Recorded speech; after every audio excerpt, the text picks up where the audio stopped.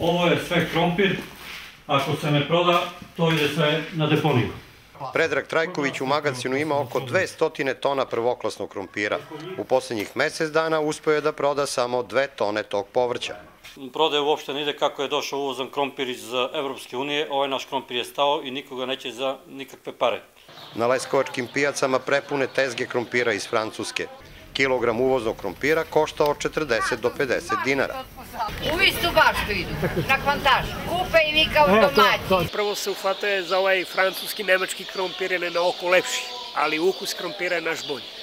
Traže jer je žut i dobar, isto kao palenta što je žuta. Leskovački povrtari spremni su da svoj krompir prodaju za 30 dinara po kilogramu. To što se mi sami borimo možda nije dovoljno. Možda bi trebalo neko državni organi da vide u situaciju da naš domaći krompir sve manje se prodaje, a to je nešto što bi oni trebali da uvide i da nas zaštite na neki način.